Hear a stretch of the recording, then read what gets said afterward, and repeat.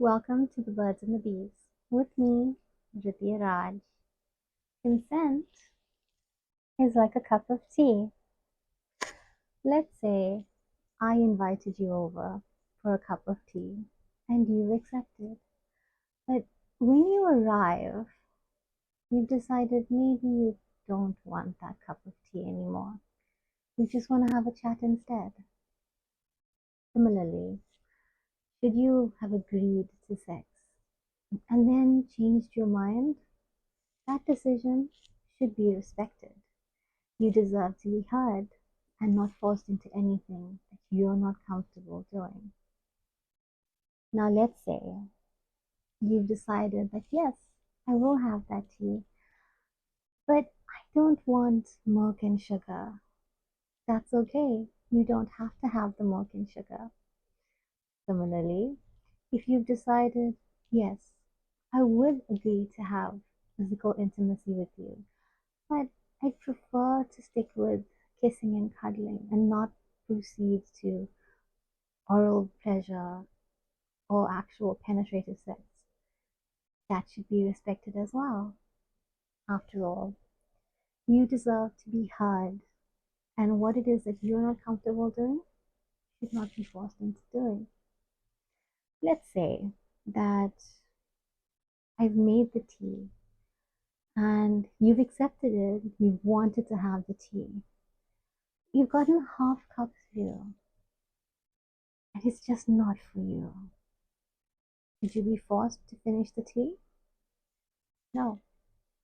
Similarly, should you have already been happily to consent to having sex and you've decided that I can't do this, your decision should be respected. You don't have to continue, and the person that you're with should respect your decision to stop. Hypothetically speaking, let's say you arrived at my house, you're ready to have tea, and while I've been busy with the kettle and the cups, you've fallen asleep. Does that mean that I throw your tea at you? No, because if you're not awake, you cannot consent to having this tea. You cannot drink it. Similarly, if the intended partner is incapacitated in any way, asleep, or intoxicated, they should not be taken to have given that consent.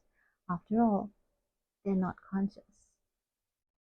Now, let's say you came over, I really wanted to have this tea with you, you decided you don't want to. Should I convince you until you say yes, simply because it's what I want? No, because that is coercion. If the only reason why you were given consent or told yes is because you convinced the person, then that is not active consent. That is coercion. And coercion is equivalent to rape because there was no consent. You see, there's no such thing as consensual and non consensual sex. There is only sex and rape. Now, let's say you came over, we're having tea. There's even ways to make this better. We can have cookies. However, I cannot shove the cookies into your mouth. I can offer it to you, and you can say yes or no.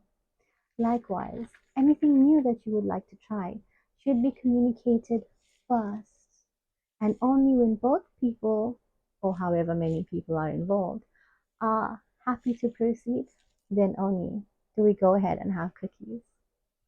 Let's remember that everyone is deserving of respect, and if you cannot give enthusiastic consent, it's a no. It's imperative to remember that your no is a complete sentence. You don't have to justify it. And while a no may be difficult to hear, it is also not giving you an open opportunity to convince, because coercion is rape. So, here's to the cups of tea that you want to enjoy however you want to enjoy it. And remember, you can always say no to the tea. I'm Ridhya Raj. Thank you for joining me on Birds and the Bees, where we spoke about consent and cups of tea.